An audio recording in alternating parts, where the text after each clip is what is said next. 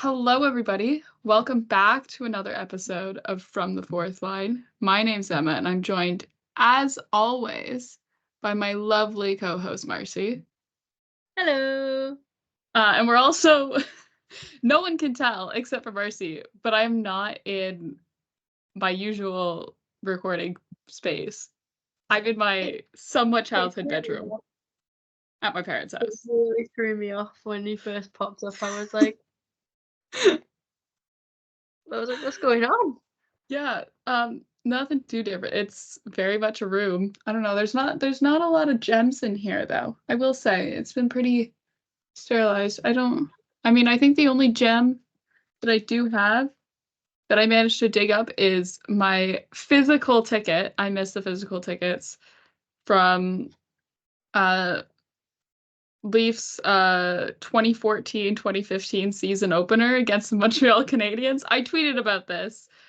In which a ticket in the 100 section for opening night against the Montreal Canadiens, which this season the Montreal Canadiens were good, would have run you up about $250. My godfather has season tickets. That's how I was able to go to that game.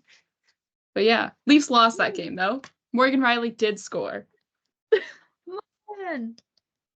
20-year-old Morgan Riley. Oh. Yeah, that makes you feel old, but we will. Oh, it does. Yeah, it does, eh? Oh, We will. Yeah. Morgan Riley is a permanent old man in my mind. Well, he turns 30 in a week. No. He's got the big 3-0s coming up for him. Oh Hopefully he has a good game on his birthday. The Leafs are playing the Habs on his birthday. It's also Pontus Holmberg's birthday that day. A little fourth line magic. He's so drip. Speaking of some fourth line Blorbo magic, we can talk about Leafs and Coyotes. Yeah. Marcy's like, where is that transition? That didn't work. That was not a segue. It was not a smooth segue. You were like, speaking of fourth line magic, and I was like, where is this going? Imagine if I went with I have a trade to it now. It's that kind of day, man. This Alex Wenberg thing has me so intrigued. I'm so tuned in today because of I like the whole thing with Alex. We'll talk about that a little bit later, but also it was the return of Joseph Woll. It was. Joseph Woll did get the start on Thursday. Was it Thursday? Yeah, it was Thursday. Yeah. Which was very, very exciting. He had a really great game. He did. I think the only one that he would probably like back out of the 2 goals that the Coyotes scored was the Alexander Kerfoot shorthanded breakaway. That I sat and watched that goal happen, and it happened in slow-mo. No, it did. I was sitting there. I was like, no freaking way. Did Alex off of a Morgan Riley misplay? We'll talk, but like, never in his 4 years with the Leafs have I seen Alexander Kerfoot be able to score on a shorthanded breakaway on a 1-on-1. I've never. I don't think that's a lie. He did it once. I looked into this. He did it once in 2022. That's it. That's the last time he did that. Oh. And then he did it against his former team. And we will say, though, because we are proud permanent vacation. We're proud supporters of the permanent vacation movement. We are. Alexa, play permanent vacation one last time. For those who are uninitiated, because this was very much like only a thing on a small part of Leafs Twitter last season. Around, I can't even remember what time. It was like, what, February? Yeah, I want to say February. February. Me and Barcy were in this group chat, and someone was like, oh, like what's a song that best represents Alexander Kerfoot and Justin Hall? And I, as a joke, purely based because I think this was like the same week or like a couple days after Justin Hall like fell over during a game, like on the ice, like pure like Hughes brothers just fell over. And I was like, Permanent Vacation, because of the one lyric where it goes and we all fall down. I was like, this is it. That's it right there. And then the edit was born and it was fantastic. And it still gets used. Gets used. And it got to the point where like anytime Justin Hall or Alexander Kerfoot scored or got a point, like scored, we'd say Alexa, like we'd be like Permanent Vacation. And I remember, I don't know if you did this, but I did this after Kerfoot's shootout winner against Ottawa last season. I sat on my couch after that game and just had, because I was like home alone, and had Permanent Vacation playing on loop for like 45 minutes. It totally wrecked my Spotify listening stats, though, I will say.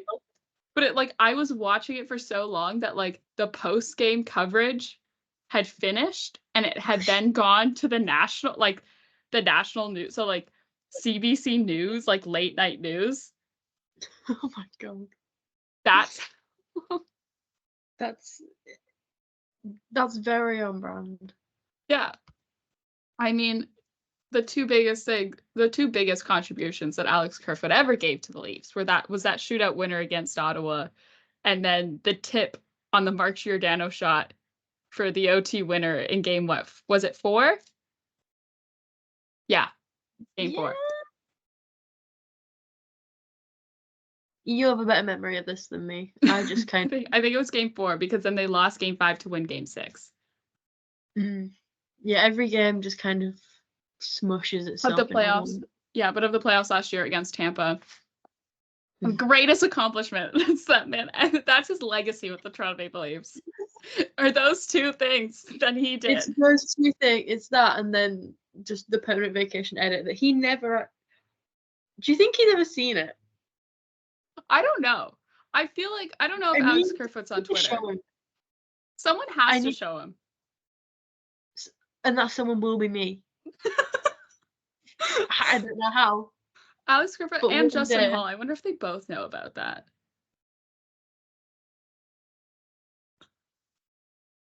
No, imagine someone just goes, yeah, there's like a little group of gay people on Twitter that post this one edit to a 5 seconds of summer song every single time you score. Oh my god. What then? Oh, if we ever get either of them on the show. Due diligence. I feel like it's our due diligence to Leafs Twitter. Yeah, it would be like, we legally have to show you this because this is your legacy. This is your legacy. Is a permanent. It's like permanent, and the thing is it's all like lowlights. Like it's not like highlights of their game. Like the edit is all of their bad plays. What do you mean? It's full of absolute gems. The best plays of the careers. You know, Justin Hall.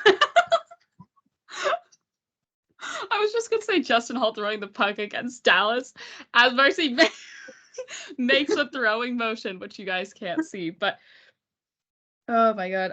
But we do actually have to talk about the game and not just the legacy that Alexander Kerfoot has on the Toronto Maple Leafs. This isn't, but he is one of those guys to watch. Apparently at the deadline, there's talks about moving him from Arizona, which I hope not. His wife is pregnant. So bring him home. Yeah, to Colorado. I think that's the rumor that I've heard is Colorado is asking after Kerfoot. I would actually love to see Kerfoot in Colorado. Back again in Colorado. It's meant to be. Meant to be. He's meant to go back to where he was drafted and then send him home. Send him home. Not home as in Toronto. Yeah, no. We don't need another bottom 6 forward. We have too many bottom 6 forwards. We just It turns just like Sheldon Keefe just sat there in his office, just like, Brad, please. Give me We my want boys more. back. He's just sat there and he's just got like a little hit list of people he wants back. Michael Bunting better be on the top of. Could you imagine though if we had like what our lines would look like if we had the opportunity to use Michael Bunting and Matthew Nyes on that top line? And you're switching them out depending on who's like playing well. Oh, that'd be. Can we? What would it take to get Michael back? What do I have to give? What do we have to give to bring back Michael Bunting? This is why we should be the GMs of an NHL franchise. Exactly. Look at how like, we're running our team. I Our metaphor. I call up fucking Carolina and I'm like, hey, so like if I like sell my kidney or something, will you give me Michael Bunting? The thing is to like not to like diss on Carolina's social team because they do a great job. There's not enough Michael Bunting. There isn't. I miss him. We never hear We never from see him. him. He's like you know when you went on holiday as a child and it's like you like meet another family and then you spend the entire holiday playing with this like random child who you never met before and you become really good friends and then like that because you were too young to have like social media and stuff that your parents had swapped numbers or something and then you just like never hear anything apart from the occasional oh yeah like they're doing this now. That's a rental acquisition at the trade deadline. That's Ryan O'Reilly to the Toronto Maple Leafs. Yeah. But it's like we never hear much from No, him. we don't. And I don't know if it's just Carolina doesn't realize the social media content gem they have in Michael Bunting. Like, do they not realize how absolutely hilarious he is? oh, he's so funny. And he will yap all the time. Oh my god, he would. Like they do notice it because it's like he is in like their like pregame tunnel videos all the time, just spewing absolute nonsense. I don't know what he's saying 95% of the time, but like it's like all of the other stuff where I'm like, where is Michael Bunting? Where's he gone? Where I'm like, this is obviously from like Media Day. Where's Bunce? Literally, because like, could you imagine if we still had Bunce? Blue Room episode. Could you imagine? What Giving things we have lost, the things we have had stolen from us. like yes, the Blue Room is replacing Leaf to Leaf, and we will never. I don't know if we'll ever get that nice and full Leaf to Leaf that I want so very badly. But one day. Oh my god, it is Monday though, and I am very nervous that they're gonna drop a Blue Room on us today. Because it's like I'm just sat and I'm like, whose Blue Room are we getting next? Oh my god, I have no idea. I don't know. I don't know whose Blue Room they're gonna give us next. Can we just get another Joseph Hall one? Joseph Hall room, part 2. Electric Boogaloo.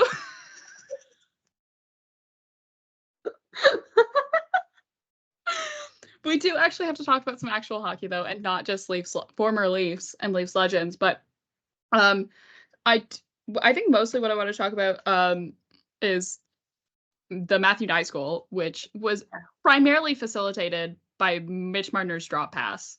Because of course. I will say though, and I know I should have known better because it is Mitch Marner, and we've seen him do the drop pass before. Like that was like his bread and butter in juniors. But there was a split second where I saw him going for the pass, and I was like, Mitchell, you idiot, shoot the puck. There was that split second where I was like, shoot it.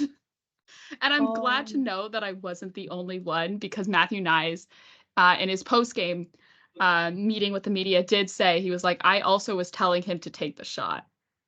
So I was like, at least I feel slightly more, at least I feel vindicated because the person on the ice with him was also telling him to take the shot.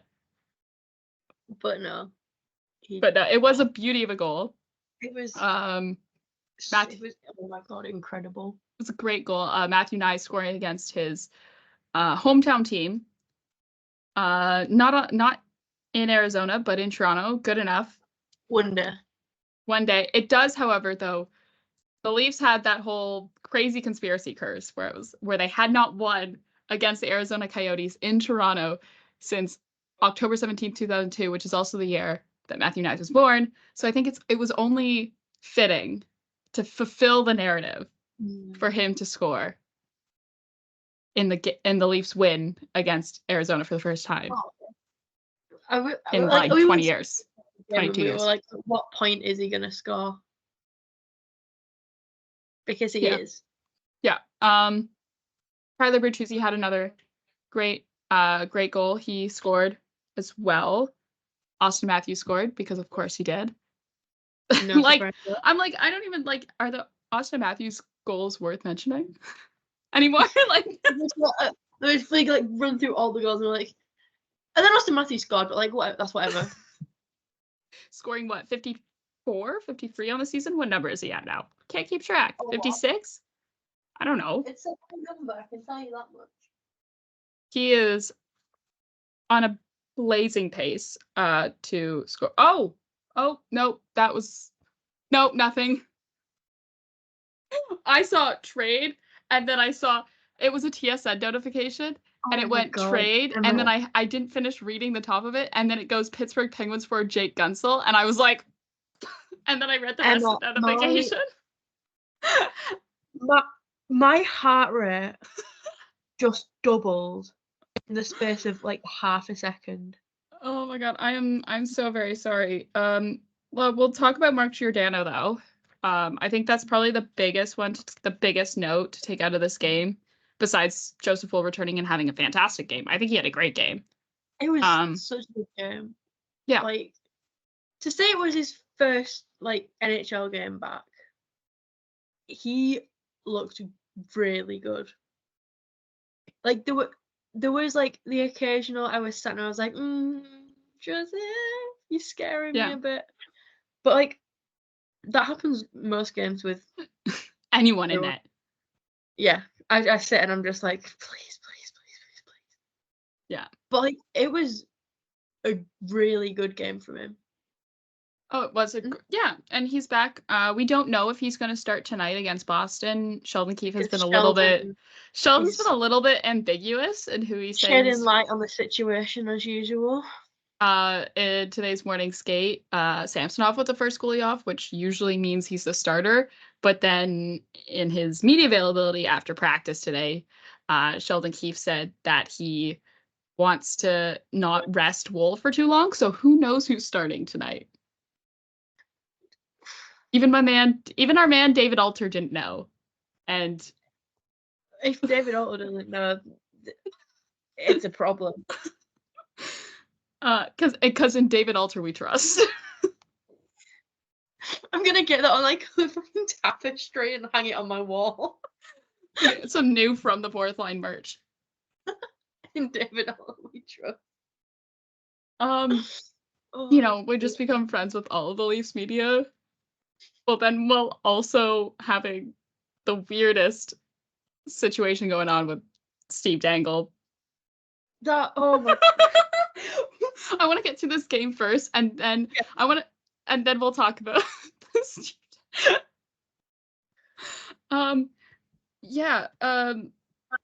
So Giordano on a goal attempt slides into the boards awkwardly, going head and neck first. He leaves the game. And it was confirmed after the game that it was due to a head injury and that his timeline is unknown, which is a little bit questionable, which means Marner was back up to taking shifts at D. I mean, at this point, I'm not even surprised when he ends up. It's like, yeah, there he is.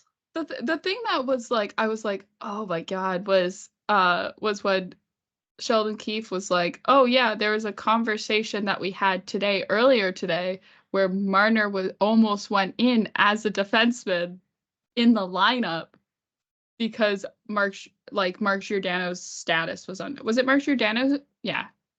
someone's status, and they were going to be short defensemen, and Yeah. Sheldon Keefe was going to be like, yeah, I'll put. Imagine, how do you even like if you're the other team and you get the lineup and you've got Mitch Marner on defense? How do you even like do video for that? I think I just laughed. Like, how do you even like scout that? How do you even like do you go like, okay, but like what other team though in the NHL when short a defenseman turns to their top line right winger And just goes, ah, you get out there with your like, how with your would D you partner like TJ Brody. Yeah, how would you like to play with TJ Brody? But that's the thing also as well. It's like, is the right D that the Leafs are looking for? Was it Mitch Marner all along? Like, maybe the right D was he's always just Mitch Marner. Just 24/7. Yeah. But I will say though that this game and also the game against Vegas really highlighted the Leafs' need for a right-handed defenseman. Yeah. And that's exactly what Brad did after the game. Yay. He acquired one. Literally after the game on Thursday, Brad was busy in that press box. Toronto trades for a right defenseman, Ilya Lyubushkin, from the Anaheim Ducks with a 75% salary retention through Carolina, which means the Leafs also receive KHL unsigned Carolina prospect Kirill Slapets, who is going to be a career KHLer, which is whatever. He's purely there because you can't do salary retention on future considerations anymore. You have to trade an actual asset, like a real asset, and not future considerations when it comes to salary retention and trades. Gave up a 2025 third round pick that will go to Anaheim, and then a 2024 sixth round pick that will go to Carolina for the salary retention. For those who are familiar with the name, Ilya Lyubushkin was traded to the Leafs organization back in 2022 at the deadline. Welcome back, Lyubushkin. I will say though, I do appreciate he is really good friends with Samsonov, so the vibes are fine. I'm like, okay, I can appreciate the good vibes he's bringing, with giving Ilya Samsonov a friend. Love that. But also at the same time, I remember when he was with the Leafs the last time, and it wasn't good. No. It wasn't good. And apparently he hasn't been good in Anaheim either. Maybe coming home to the Leafs is what he needed. Maybe. Who knows? I mean, we only saw him for 2 periods against New York. But I will say those 2 periods, not horrific. I have not horrific. Very few complaints. For those who are wondering where he slots into the lineup, he's currently slotting in with Morgan Riley on the top pair. I don't know if we have a true top pair though, because I wouldn't No, it's just kind of whoever's not on the deathbed at this point. Yeah, I don't know. I just what I always think about is you don't want to demote Morgan Riley from the top pair, but is Ilya Lyubushkin a top pair defenseman? No. But also at the same time, you also have TJ Brody and Timothy Liljegren, who are now a solid pair. I don't know. I feel like Keith just kind of rolls the dice before every game and just goes, who's gonna get the most minutes? Who's gonna be a top pair? You. Yeah, I think it also is a matchup on a matchup by matchup basis, kind of depending on the team that they're playing. But yeah, I don't know. He brings some physicality, of course, to the Leafs, which the Leafs have quite a bit they have quite a bit of physicality on the blue line now between Benoit, McCabe, and now Lyubushkin, and yeah. Yeah, Leafs and Rangers, though. We can talk about that game as well. Leafs win that one as well. Samsonov and net. And Liljegren returns to the lineup. First game for Lyubushkin. He did miss the third period, though, due to having to go through concussion protocol after hit into the boards by Matt Rempe. Which, this was something I was getting into discussion about. I don't know about your opinion on that hit. I tweeted out, hey, maybe I'm dumb, but shouldn't this be boarding? And then people were like, well, actually, maybe you could qualify it as charging. I was like, I don't like boarding, charging. It's whatever. It should get called, right? Like it's what I'm raising as a concern is that should have been something that had gotten called, primarily because Matt Rempe is 6'8". What are you doing leaving the ground on a hit? If you are 6, like, I'm not being funny. If you are 6'8", you should, if anything, be like crouching down and making yourself smaller. Oh yeah. Yeah. You shouldn't be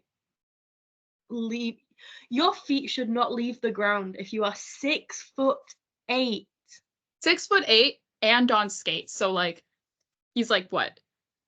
Fucking massive. 7 feet tall. Like, is that how tall he is with skates on? Like, Jesus Christ. But the defense was better with Liljegren back. I think, you need the right hand. Yeah. Especially, and that's something too is like not necessarily like the defenseman that the Leafs were putting out the last 2 games with 6 left-handed D was like they're bad defensemen and they're playing on their offside, whatever. It's just in situations it's harder to be left-handed. You know what? On the back check, I don't. You know what I mean? Yeah, like you could tell that we need right-handed defense. Yeah. Oh yeah. Also as well, Calle Järnkrok returns to the lineup. Welcome back after missing 13 games dating back to before the All-Star break with a broken knuckle that he suffered in practice. He slots in third line right wing with McMahon and Tavares, meaning that Nicky Bobby, the odd man out, gets sent down to the Marlies. I had a lot of people like when the first practice he was in extra grays before Järnkrok's return. I had a lot of people going, oh, he's getting traded. That means he's traded. I don't think necessarily that's true. I knew right away that wasn't true because Pontus Holmberg has now hit 70 games played, he's no longer waiver eligible, meaning that the only 2 players on the Leafs right now who can be sent down to the Marlies and not have to worry about clearing waivers to do so is Matthew Knies and Nicholas Robertson, and you're not going to send down your top line left winger down to the Marlies to make space for a guy in your bottom 6 to come back from injury. Like that's not happening.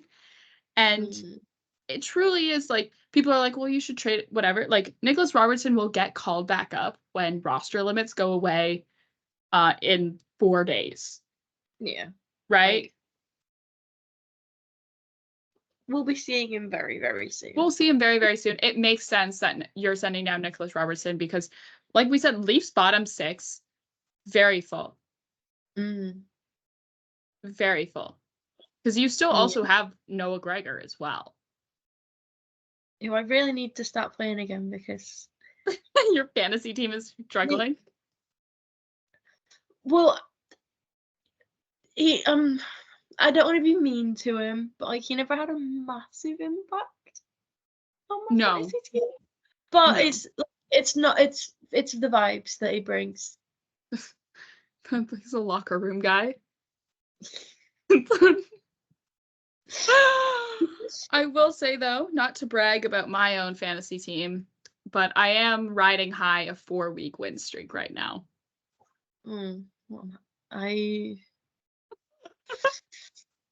Shout out to Zach Hyman for hitting 40 goals this season. I absolutely destroyed Cal last week. Oh, 120 to 65. oh, Cal. Oh, Cal. Oh, Cal. Now on a 3-week losing streak. But yeah, talking about the game, John Tavares scores a goal. I'm loving the third line. Like, love the third line. I think they're doing such a great job, and I think John Tavares is really, like, he's taken the demotion in stride, and I think, you know, for him, that shows how mature of a player he is on it, like, right? And also as well, like, him, you know, Yarncroke is so versatile of a player, right? He can play anywhere, literally. Yeah.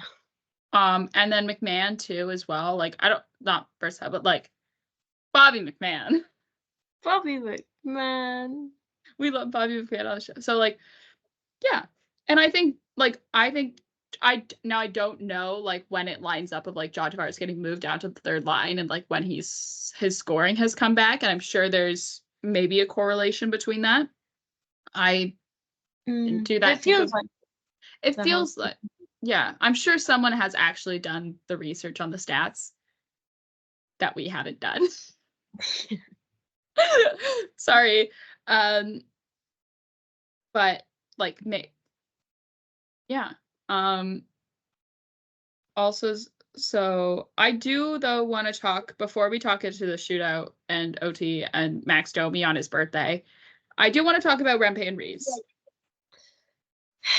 which is a discussion we had last episode about fighting in the NHL and about how Matt Rempe needs to cool it down. And you could tell that people really were expecting Ryan Reeves to fight Matt Rempe.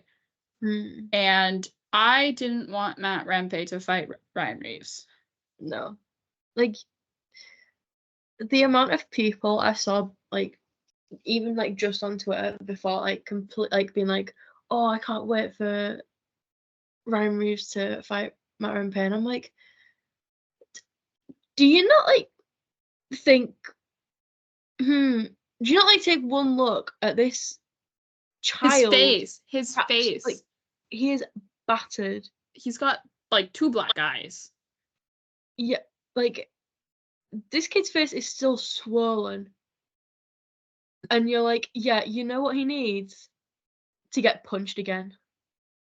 Yeah, and, like, that's why I said, like, and you could tell also as well, like, the way that both coaches, like, Laviolette and Keefe were rolling out their lines is that they were not wanting Rempe and Reeves to be on the ice at the same time. Like, you could tell that first half of the game, like, Reeves would go off, Rempe would come on. Like, they were making sure that they weren't on the ice at the same time. And then the hit on Lyubushkin happened, and he leaves the game, and he doesn't return for the third period. And I think that's maybe the inciting incident of the fight is like, hey, you make a hit on this guy, which, yes, is how hockey works. With fighting, how hockey with fighting works, right? You have to answer the bell, right? But like, did Reeves really have to fight him? No. Yeah, it's like, was it necessary? No, it wasn't necessary. And like, and we said this last episode, but really hope that there is someone in the Rangers organization, whether it's a coach, whether it's a trainer, or someone who's telling him, hey, buddy, cool it. Because it's like, if he doesn't slow down, it's gonna be a career cut short and fucking like speed running CTE. Like, you don't. Yeah. There's a list of former NHL players a mile long whose careers have been cut short because of fighting. And I don't want Matt Rempe to be added to that list. No. And I think also as well, like, You can rationalize the fight because of the hit on Lyubushkin. But if that didn't happen, especially now because Lyubushkin's fine. Yeah.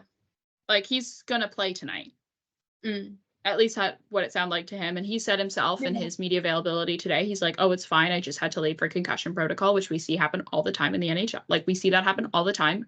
Hit to the head, has to leave the game.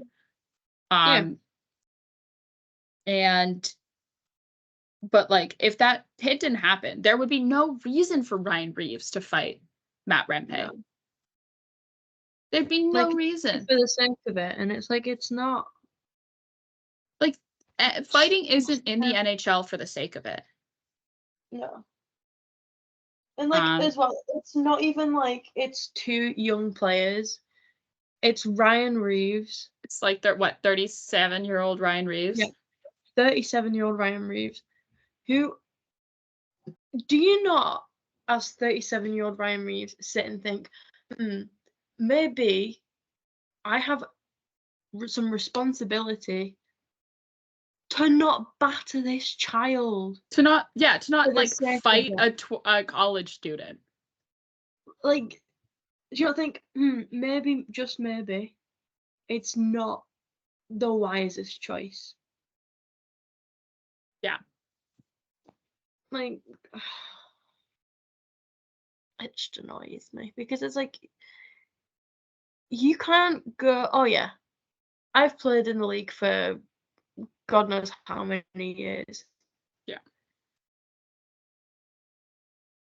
I've had my fights.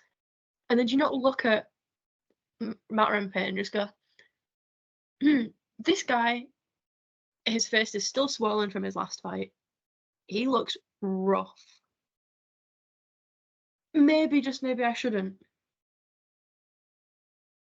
Like, it's not like he's like killed Lyubushkin. He's alive. Yeah. It's unnecessary, and seeing everyone on Twitter being like, it was such a split divide. Oh, people, absolutely. Yeah, like, he's fighting, and then like people just being, really?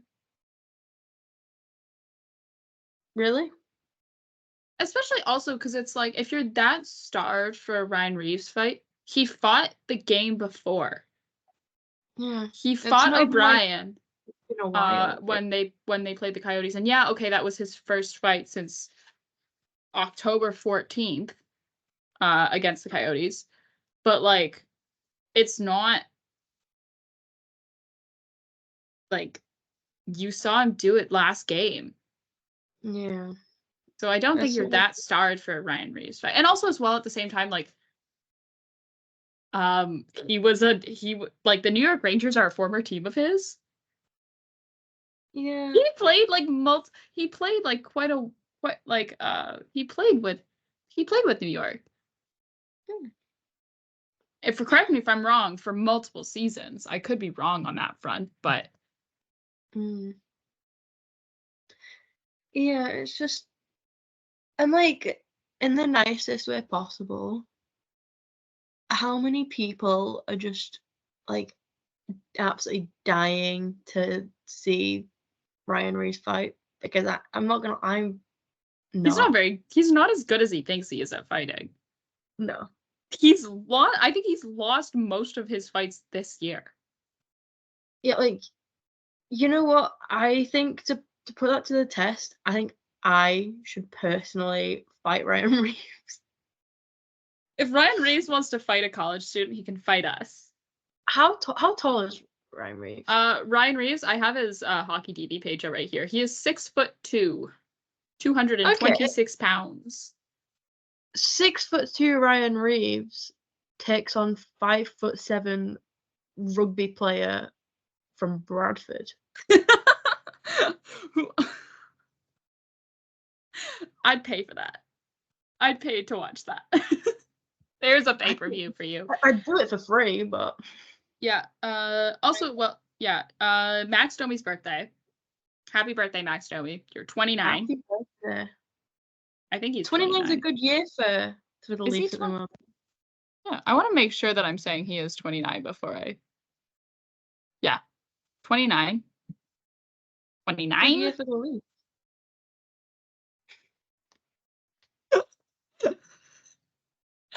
I will make the new goal reference. How many more Leafs do we have to turn 29? Quite a few. I'm gonna have to sit through every single one. No. Okay, and Morgan Riley is turning 30, so you're fine. Samsonov in overtime. That one save. Oh Sammy. my god. Sammy. Sammy. And then in the shootout as well, he had some really great saves in the shootout. Yeah. I will say though, like I did tweet out, I was like, oh, we're going to the shootout, and we're going to the shootout against Samsonov, which historically he has not been good in those sorts of situations. No. He hasn't. No, historically it's been a situation that has always left us quite disappointed. Right? And I'm But glad today- that I was proven wrong on that aspect. Like I will take the L on that one. You heard it here first, guys. Emma just took an L. I Live on air. I will say I will admit defeat. But oh my god, Sammy was on fire. I was sat and I was like, this is such a good game from him. Oh, he had a brilliant game. And then he gets the belt. And then he gets the belt from Joseph Wool. Keeping it with the tendies. And then my favorite thing about that blueprint is that you, in the background for like a split second, you see Martin Jones. Just like. And he's smiling and he's like, I will, like, nothing gets me than goalies who are pals. They're just best friends, best buds. Best buds. But yeah, so Domi gets the shootout winner. Like I said, Marner's shootout attempt, that shootout, brilliant. That's to keep the Leafs alive. Yeah, to score, to keep the Leafs in it. It was that beautiful.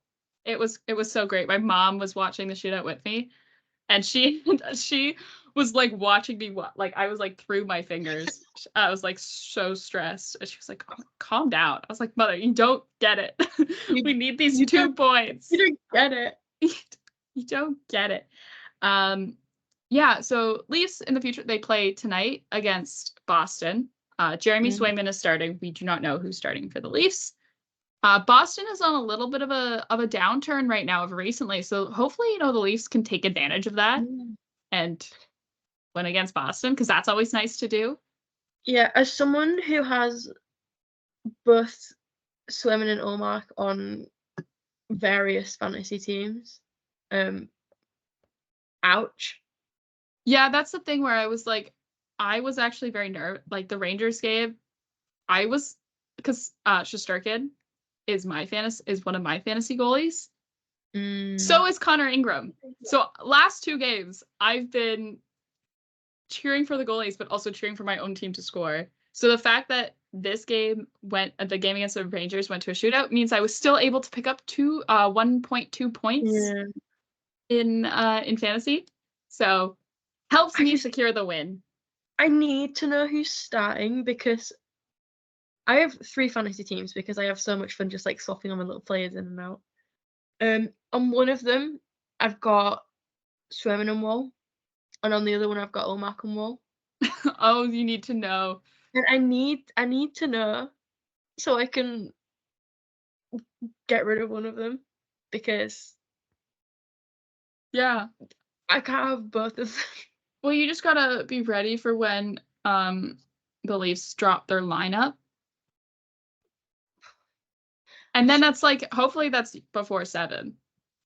I really, really need it to be before 7. Well, midnight. But yeah, the Leafs have a busy schedule going into the deadline, which is this Friday. I think we're going to have kind of a special Thursday episode for the deadline. It's going to be very deadline orientated. Was that English? Orientated? It's an English word, yeah. Emma knows words. I Well do. done. I'll start forever. Yeah, but Boston tonight, Buffalo on Wednesday, and then a back-to-back with travel to play Boston in Boston on Thursday before they play Montreal in Montreal on Saturday after the trade deadline. Oh, and do you know the most annoying thing? I can't watch the Saturday game. That sucks. I will be watching the Saturday game though. You can watch the Saturday game, and I'm gonna be getting absolutely blackout drunk with my friends. That sounds like fun.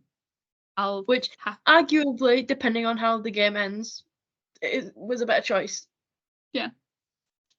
But yeah, but then the Leafs have like I would like to speak to the NHL schedule because then the Leafs have 4 days off next week.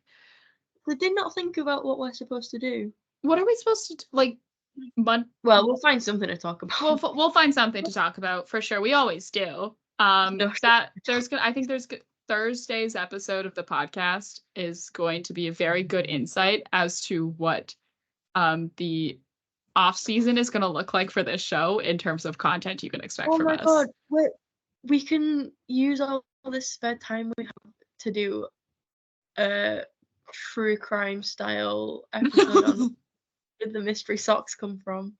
The mystery socks. The mystery socks and oh my god, Steve Dangle's BBL.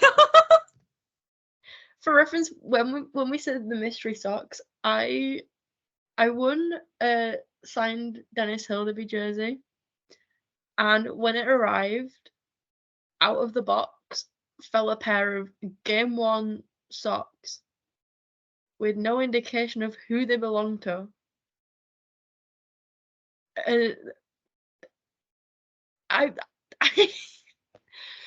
So now I just have like a pair of socks that I'm like. But I think the best thing to happen to you this week though is Steve Dangle acknowledging your tweets about him getting a BBL, and that's why there's no LFR for last games. Look, Steve Dangle. For those Steve Dangle ended up having another baby, which congratulations to Steve Dangle and his wife for the birth of their daughter. Looked very, very adorable in the video that he posted. She looked so cute. So congratulations to them. Yeah, and now I saw Steve's tweet like, "Oh, no LFR tonight, guys. Sorry." So I sent it to the group chat of me, Emma, and Carl, and I was like, "Guys, what if he just got a BBL?" And then I tune in with, he probably just had another baby. And then always being the voice of reason. I take it upon myself to, what is it? You tweeted it out. I did tweet it out. I need to find. I talk so much. Oh my god. It's vanished from. What? 1 second. Sorry, I've just realised how much I talk. Lots of congrats tweets. You just tweeted out. So I quoted it with, "Oh my god, he's getting a BBL, isn't he?" To which I didn't see this until I noticed a suspicious amount of likes on the tweet. And then Steve Dangle replied to me saying that he's getting a BBL with, "It's perfect already." And thus began our friendship. We are friends with Steve Dangle. Friend of the show, Steve Dangle. Because not only did he reply to that tweet, when he... Was it on the... I don't think it was on the baby tweet. No, it wasn't on the baby. And then he just said, again, no LFR today, all is well. And I just quoted it with, "The BBL was a success, I see." And he liked that as well. So me and Steve Dangle are like BFFs now. Friend of the show, Steve Dangle. If Steve is listening, I doubt Steve Dangle's listening to our podcast. I'm sure he has better things to do with a new baby at home. Maybe he's introducing the baby to the podcast. Our youngest listener. Our youngest listener is a day old. Apologies for all the times we made jokes about making fish want women want me, but Steve Dangle fears me merch. I still think we need to do that. Put that. I'd actually like if we put that on like a hat, like a dad hat, I'd wear it. That so bad. No one would. Also, I need to apologize to Steve Dangle for threatening to fight him as much as I have. We keep saying that. We keep saying that and that you'll just go for the knees. Yeah, it works every time. Works every time. But Steve Dangle though is a proud member of Wool Nation, which is the more the merrier. But enough about Steve. I don't know if you saw this. I did want to bring it up mostly because it was absolutely hilarious. I don't know if you saw this though. In New Jersey Devils game against LA. Okay, I am not a New Jersey Devils fan, and I actually find Jack Hughes somewhat annoying. Yeah. But I do agree they need to fire Lindy Ruff. This is getting out of hand. Lindy, there comes a time. There comes a time. Everyone. Like join the list of teams who fired their coach this season. The list is long. You're just following the trend. But versus LA, the Devils pulled their goalie with nearly 5 minutes left in the third period. And the score, guess this. I don't know if you knew what the score was at the time when they pulled the goalie, because pulling the goalie with nearly 5 minutes left is like a Sheldon Keefe move. Yeah, it's an act of pure desperation. Right? Do you want to know what the score was when this happened? Give it a guess. Guess. At least, okay, the goal differential. I don't need the exact score. I just need the goal. How many goals do you think was the differential between LA and New Jersey? Like, one maybe? The score was 4-1 in favor of LA. Oh, I know I've used my F-bomb already, but oh my fucking god. Fire this man. But when they pulled the goalie, they didn't send out a sixth skater. So you can watch the video of this sequence, and you can see at some point Jack Hughes is trying to maintain possession of the puck in his own zone because he doesn't have a goalie, and he's waiting over at the bench. I don't think I've ever seen this. Like all of this. I'm sure this has probably happened where a team has forgotten to send out a sixth skater, but I don't think I've ever seen it where the score was 4-1 and there was still 5 minutes left in the game. That's bad. And we're Leafs fans. And we're Leafs fans. And so we've seen bad coaching. Like, and that's the thing. It's like, I could coach a team better than that. Put me behind the bench in New Jersey. I think I could do a brilliant job. Because I can count to 5 and I can count to 6. Big numbers there. I also wouldn't have pulled my goalie with that much. That was like when the Islanders did that, but they did it. It was like 9 minutes left or something. And Patrick Roy was pulling his goalie. I was like, where are you getting off pulling your goalie with like 9 minutes left in the third period?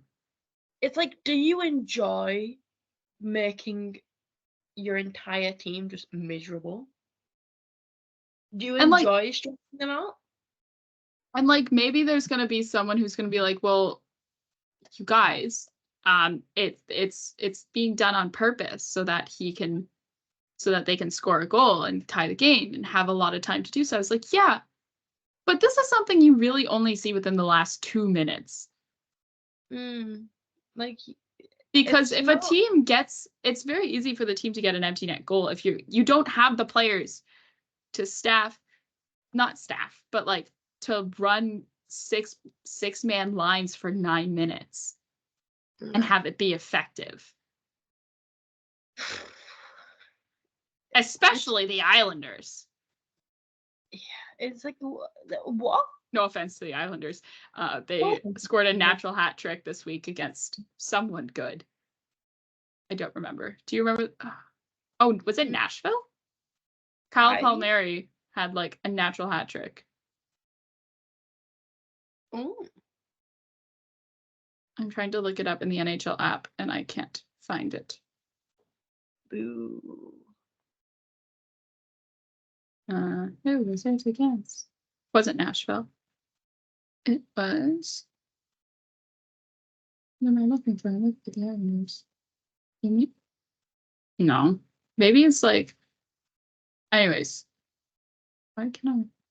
This is now embarrassing because now I'm just sitting in silence going through the NHL app trying to find this. And I can't find it. You know what? Hold on.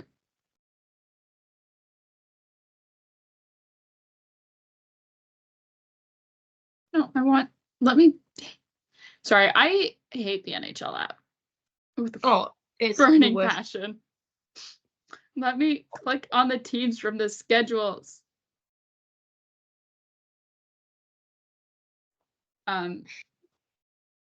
Anyways, doesn't matter. Oh, it was against Boston. It was Saturday against Boston. Oh. I knew it was a yellow team. Kyle Palmieri got a natural hat trick against Boston. But anyways, what I would say, but also as well, like New Jersey needs to fire their coach because you look at their lineup and then you look at where they are in the standings, and they are 30-27-4. That's their record this season. That puts them 8 points out of a wild card spot with 22 games left. Imagine, like, think about what New Jersey did last year in the playoffs. Beat New York. If I remember correctly, that series against Carolina went at least 6 games. Yeah. Right? They were competitive against Carolina. I needed to do more research on. I was like, I can't rely on my memory for everything. But no, it's miserable out in New Jersey. It is, and maybe just that's also because New Jersey is this. It's also because it's the state of New Jersey.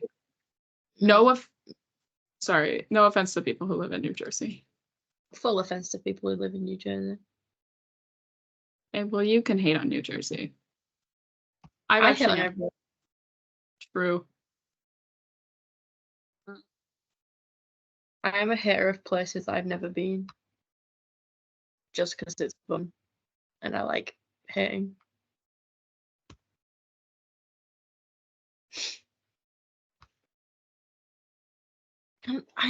It went to 5 games against Carolina, but still. Some of them were really stressed about the fact that we don't know who's starting for the Leafs tonight. We're still thinking about that, but yeah. So I don't know. Anyways, I am proudly joining the Fire Lindy Ruff bandwagon. I think that like if Sheldon Keefe did that, his head would be on a stake outside of Scotiabank Arena. He'd have been fired before the end of the game. Oh, absolutely. Absolutely. Like, he'd have done that and then you'd immediately get a call. Oh, yeah. Just Brendan Shanahan would be picking up the phone going, Sheldon, it's time we have a talk. Sheldon, there comes a time. There comes a time in every man's career where he must go through this. Called being fired. Your time is now. Your time is now. Don't worry, we set up a really nice pension package for you. You just throw that on in the end, just like, oh yeah, by the way, you'll still get paid out for the rest of your contract, which is why like when all the people are like, oh, fire Sheldon Keefe, I'm like, guys, MLSE isn't going to do that because they just spent the last 7 years, not 7 years, but they spent the last 5 paying off Mike Babcock's contract. They're not going to do that again. That was like, MLSE is a company. They have to still like make money. You can't just be like, I mean, unless you put us in charge. We will do it for so much cheaper than anybody else out there. I'll do it for my student loans being paid and the Lego Millennium Falcon.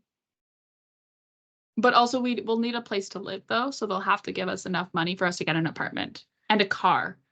Yeah. Oh my god. I need a car, please. I need a car so bad. Oh my god. I do all of my best thinking in the car. Marcie knows. All too well. Another quick news though, also out of New York. Jonathan Quick signed an extension with the New York Rangers to it was a 1 year, $1.275 million. That's a cap hit. In 21 games this season, he has a 13-5-2 record with a 2.45 goals against average and a .916 save percentage. Solid backup for Shesterkin. He's provided some quality starts. That's what I have to say on Jonathan Quick. I think it's a good move by New York.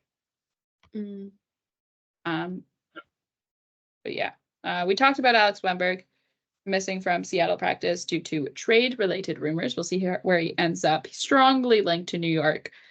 And then also there is a rumored extension for Jeremy Swayman, which I'm interested in this, and we talked about this a little bit before the show, just about like if I don't know, like some people are wondering like, okay, so what are we gonna see contract wise for Joseph Wool in the next couple of years, because he is up for contract after next season. He's an RFA, and I think you almost have to look to Jeremy Swayman. Yeah. Both have come out of they both have followed somewhat similar career paths. They actually are former World Junior teammates as well. But I think just in terms of how their careers have gone, yes, Joseph Wool's career is a little bit behind Jeremy Swayman. He did go spent longer time in college than Swayman did, and spent a little bit more time coming up to the NHL. But that I don't know. I'm like, it makes sense. Just go with it. It makes sense. Just go with it. When you look at when they're done and retired, I'm sure probably you'll look back and sorry, I just said Joseph Wool retired at the same sentence. It's gonna be like at least 10 plus years from now, at least. Emma, you've just brought tears to my eyes. But yeah, I think they'll mirror each other, and they'll be very similar at the end of the day. But yeah. Yeah, but I just wanna see him get paid more. Please, give the man more money for what you've put through. He needs the Lego money. He does. Like, if you don't want to pay him for the contract, at least just give him enough to buy Lego. Give him the Legos stipend. Just be like, for every 5 wins, you get to buy a little Lego set as a treat. Oh. I buy my Lego. But yeah. Oh, I can't even remember now at the top of the show if we even talked about on 32 Thoughts, just because we have more time to kill. On 32 Thoughts, Elliot Friedman suggested Justin Hall returning to the Leafs. Elliot, I have never said anything bad about you in my life. You are my best friend. What's all this criticism we've raised against his team acronyms? I'm sorry, that wasn't us. That was some different people. That not us. What do you mean?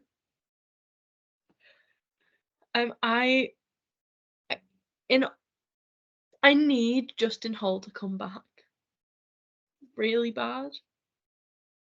So bad, in fact, that my name on this team's call is Leafs legend Justin Hall with question marks.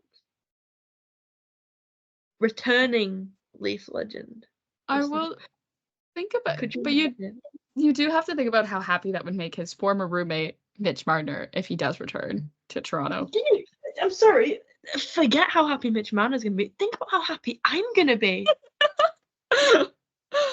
I cried when I found out he left. I cried on my grandma's couch. Justin Hall coming back to the Leafs would.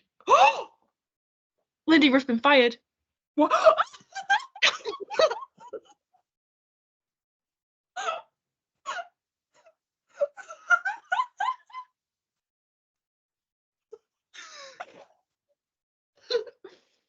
Oh. Add him to the list.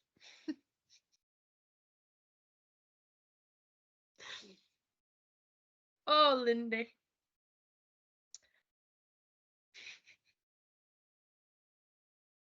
Well, if I had a nickel for every time we had a live reaction to an NHL head coach getting fired because it happened at the same time that we were recording the podcast, I would have 2 nickels, which isn't a lot, but it's weird that it happened twice this season.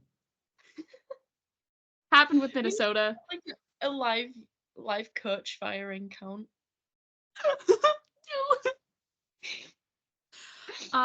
Yeah, Lindy Ruff now can go on his permanent vacation. I'm sorry. I'm now realizing what that.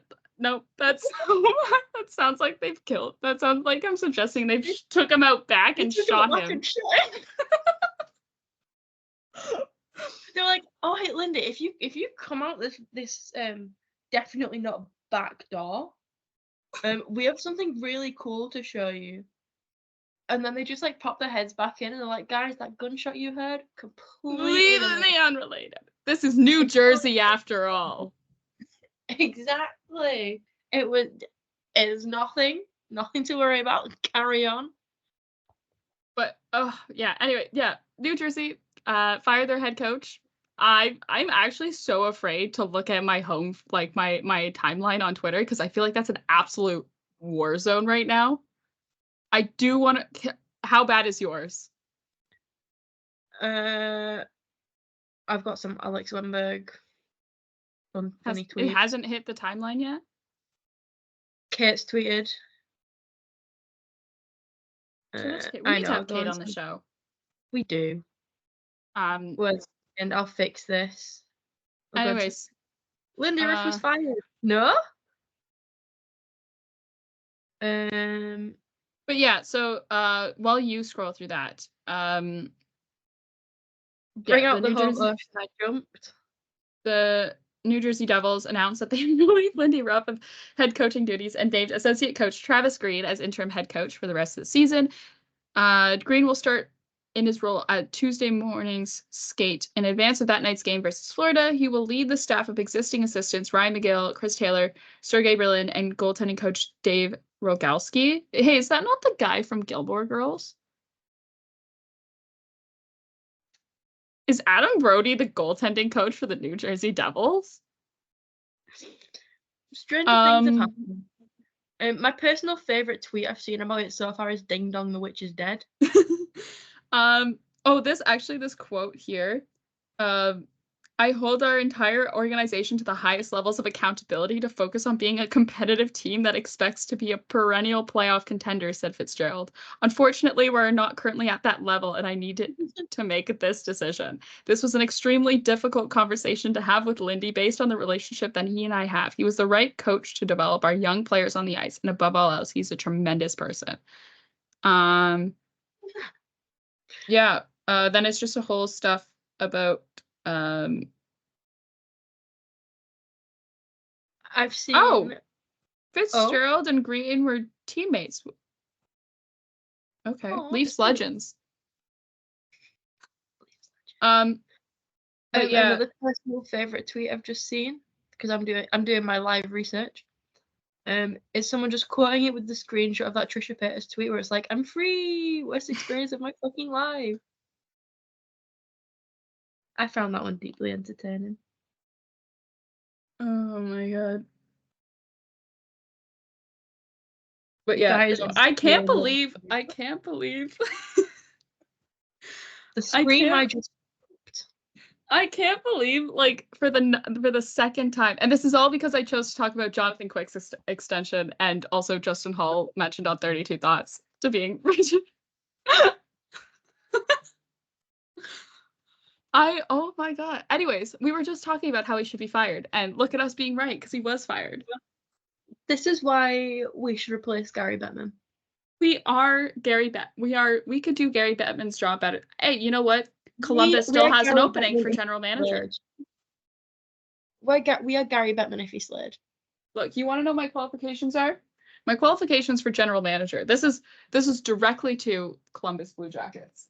Is I have read, or I'm in the process of reading, the book by your former general manager, Doug McLean, called Draft Day. It's actually very interesting. It goes a lot into the details on how, like, the draft works and how the history of the draft and things like that. Very, very interesting. Actually, there's some good stories in there. Yeah, I'm not going to mail it to you though, because that's going to cost me a fortune. But what you mean? You wouldn't do anything for me? Why would I? You can buy your own book. Right, guys, this is the final episode ever. Sorry. No, but me and Emma are no longer friends because she's mean. Look, I am doing some really, really interesting research on Stanley Cup winners and if they have a Quebecois player on their roster or not. And it's a surprisingly large percentage that do. We just got... Could this be the year? We say every year. No, but potentially this could work well in the Leafs' favor because this is the first time they've had Quebecois on their roster for a considerable amount of the season. Like enough games during the season that the player's name will end up on the Stanley Cup since Frederic Gauthier. Oh, I miss it. So yeah, Simon Benoit, you could be the secret ingredient. The secret ingredient. I don't know why, but now I've just like imagined, like you know, when the Krabby Patty formula. No, I'm just like you're just like baking a cake, and then it's like, and to make it rise, and then you just pick up a tiny little Benoit, just like throw him in. I thought you were talking about it's Gary Bettman is Mr. Krabs, and he's guarding his Krabby Patty formula, which is how you win a Stanley Cup, and Brad Treliving is Plankton, and he is trying to steal the Krabby Patty formula, and the Krabby Patty formula to winning the Stanley Cup is a Quebecois player. Look, you think I'm wrong? The last team to win the Stanley Cup that didn't have a Quebecois player on its roster, the 2018 Washington Capitals. Well, it's done. And they have Alexander Ovechkin. Yeah. I'm just saying. We're winning the cup, guys. I'm just saying. I swear. Just putting it out there. Look, further research needs to be done. I've only gone back to 1996, but that's in a different notebook. I have multiple ongoing notebooks. Ooh. Damn. But yeah, I think we'll end it here. I don't know, unless someone else wants to get fired. Yeah, hi Gary. If can you just let us know if anything's brewing in the league in the next like 10 seconds, please? Thank you. Yeah. Without can someone else please get fired? That was fun. Yeah, that was fun. Without further ado, that is all from us today. Thank you for listening to another episode. We'll be back on Thursday before the trade deadline to maybe break down some trades, maybe discuss some potential trades. We'll see. I think it's going to be a very trade-centric episode. I think it's going to be fun. We have something somewhat planned. Hopefully it goes through and it happens. Or I'm saying this and it doesn't happen, and then it's really embarrassing. Thank you so much for listening. You can follow the show on Twitter at From the Fourth Line. That's fourth with the number 4 and the T and a TH. You can listen to the show wherever you get your podcasts. We are slowly updating the YouTube channel, so don't fret. They will all be up there eventually. I listened to, like 5 episodes last night.